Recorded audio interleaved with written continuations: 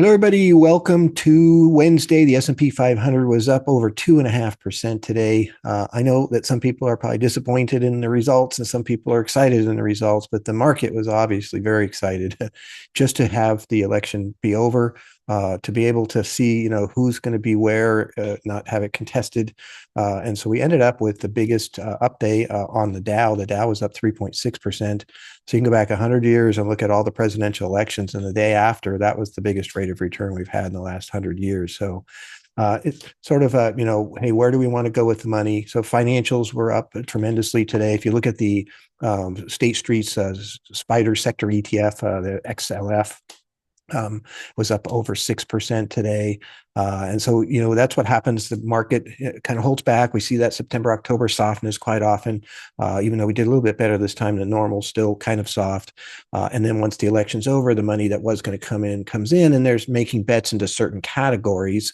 And we saw sell-offs in some of the areas also, too. So the kind of clean energy areas and things. And based on who won, you're going to see money go into different places. And it's why it kind of waits for a while. Whether there's an excitement about a particular candidate or not, I actually would say it's much more so a situation where you have, money that's coming in that's been held back prior to the election, because it goes up pretty much every time after the election. And it's what we talked about too. We talked about that it should go up. And, I know it was the number one question that came up in my appointments with clients was, what's going to happen after the election? And, just based on history, that does well. Normally this will keep running too. Today was so big, 5.8% on the small cap index, the Russell 2000. I'm not positive you're going to get a big stretch tomorrow, the next day, what have you. But overall, the time frame between the election and the end of the year is often quite good. It's normally good anyway on a seasonal basis. So you combine that with the resolution of an election, and you got a situation where the market's doing well. You got to understand the kind of the fundamentals of what's going on with the market right now. You have, it's supply and demand. So you've got demand. You have a lot of cash on the sidelines still, tons of cash on the sidelines.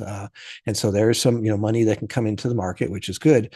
And then the market itself, doesn't have a lot of supply. Like normally, if you have a really hot IPO market going on, that's a bunch more stocks coming on the market. And that can kind of dilute the stocks that are out there. We don't have an IPO market right now. And you top that off with $6 billion worth of stocks being bought back every day, which is basically shrinking the supply out of the market. And you've got a great recipe for a really good return. I mean, last November, we were up 8.9%. I don't know if we're going to get there this time. That was just on the S&P 500, but again, this market has continued to run all the way through all of these things. And, we'll see how it plays out. Obviously, probably be able to tell more, what's happening in a year from now or what have you. But at the moment, there's just a lot of, pent up demand of money coming in that has been sitting on the sidelines, kind of popping in there. And we'll continue to see that, probably throughout the year. And again, once you sort of get a really good run, you start to get people that are covering shorts. Maybe they thought the market was going to fall apart depending on who won.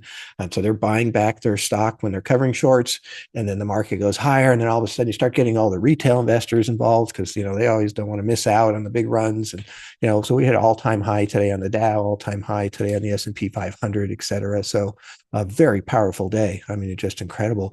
Interesting to see some of the pieces that did sell off actually had negative days, like a real estate category. Utilities didn't do that well. Clean energy, of course, didn't do that well.